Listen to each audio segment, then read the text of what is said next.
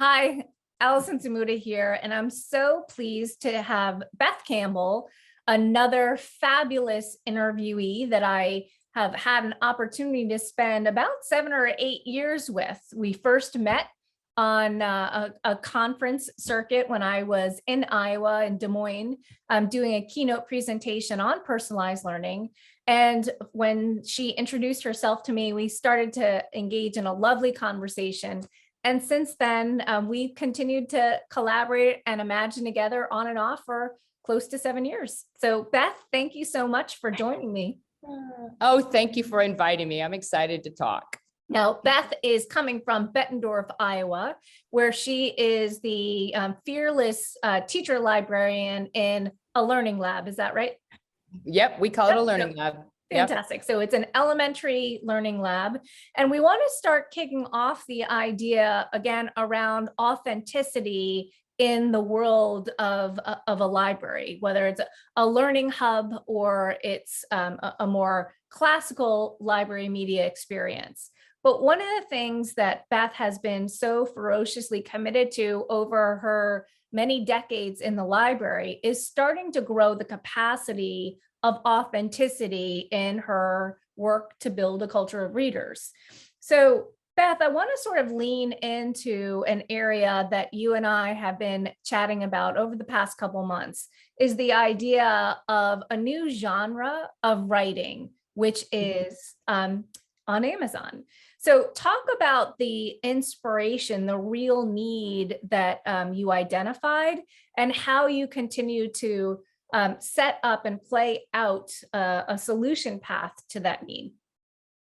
Well, first of all, we do believe that here at Forest Grove, and we've started this in our district previously, that we are a culture of readers. And when we say culture of readers, it's not a program, it's not a book, it's not just one thing, but it's really how we interact with each other, how we believe in the power of books and ideas. But in doing that, it's how do we give kids opportunities to have their voice go beyond these four walls? How do we give them authentic, real opportunities where they can inspire and impact others? And so we have done some podcasting over the years. And so that's been one area, but I have an awesome team of fifth grade teachers here, and they each also had some ideas as well. So we brought all the students together. And one of the ideas was, how do we write real world reviews that can go on Amazon, Goodreads, other places that might actually impact the books that they love. And so it kind of grew from there, and we gave students the opportunity to be able to pick if they wanted to be in that group or in a different group. And so those reviews really started with deconstructing the idea of a summary. So I know that sounds kind of interesting, but our students were very used to just writing a summary. And we wanted our book reviews to have that hook, that powerful piece that connects the head and the heart, because that's all what we believe that a culture of readers should be able to do. So the power in the book review was actually the opportunity to connect the head and the heart. And so our fifth grade teacher actually started by looking at some reviews that were actually online for books they had read together. They deconstructed that. They took it apart. And one of the things they noticed is that the reviews that hit you personally, that talk about something in your own personal life, those are the ones that mattered to them. So they started writing based on what they had seen modeled on Amazon. And ironically, I was part of an author middle grade book chat recently, and we asked authors, how can we in schools support the work that you're doing with the great books that we love? And they actually said that writing reviews on Amazon impacts them, helps their books be noticed. And so how ironic it is that these opportunities that started here in our classrooms then do make a difference. Yeah. And it's a symbiotic relationship where we're able to like work together, help each other. And our students then get to see that their work does matter and has some authenticity to it. It's fascinating, Beth, because as you started to describe this, you started talking about a culture of readers. but you're sharing your love of reading, the connection you have with books through sort of a more precise way to draft a summary, again, which is a writing move that has Mhm. a level of conciseness and clarity, but also it has some rhetorical devices associated with it as well. So it's as much of a reading move as it is a writing move. And it's also something that kids feel proud of, because it's not just for something that the classroom teacher is expecting of me. What I say matters. So there is that level of craftsmanship that's starting to emerge in students.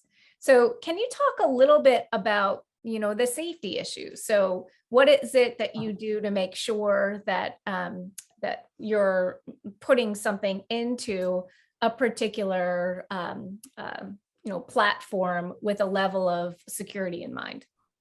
Absolutely. And so we do take digital citizenship very, very seriously here. So the accounts for the reviews where they're posted are district created. And then it is the teacher that manages everything. So students don't have access to actually posting anything themselves, but it's the teacher monitoring everything, including comments and anything that would come from that account. And so we try and safeguard all of our students that way, so there's no personal information out there. Again, monitored completely by the teacher. Yeah, and the other interesting dimension of this is your connection with authors, especially in the earlier reference that you had around the podcast. So in what ways are you starting to create opportunities for those direct conversations between authors and students? I love authors. They love writing for their audiences. And so that dialogue and relationship is a beautiful thing. And the internet allows us to send a message on Twitter, send an email. And I have found them over and over to be highly responsive and supportive of our students. So it's also given us the opportunity to do some one-on-one short interviews with authors where our students are able to ask some questions, and then they pull excerpts from that interview and they put that into their podcast script. And so again, it's a relationship, and students see that the power of using experts is so important. And so I think anytime we can break out of our four walls and connect our students with people across the globe, just makes the experience of learning so much more powerful. So Beth, I mean, it's such a beautiful connection to the idea of voice, that what they love and believe they hold as treasured books. They have an opportunity not only to express their connection, but also to do so in a way that continues to inspire other readers. And that was sort of a bridge between our last conversation around the help desk and this conversation, because now you're starting to extend it outward, outside of the school walls, and do so in a way that gets authors in the mix in terms of their level of energy and enthusiasm. It feels like it's just this dynamic, beautiful way to continue to engage in an act of expression and conversation. Absolutely. And our kids, they become on fire because, again, they know that we value their voice. Authors value their voice. They see the opportunity already start to create a positive digital footprint when they're in elementary school. They're treated as professionals. Their work is professional. And so the life skills that they're already learning in elementary school is so powerful and impactful. And they do have great ideas to share. And we need to honor that and listen to that.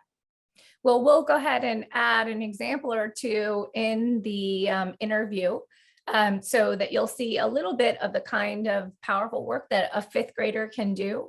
And again, Beth, it was just such a joy to spend a little time with you. Thank you. Thank you so much for caring about students. Thanks. Bye.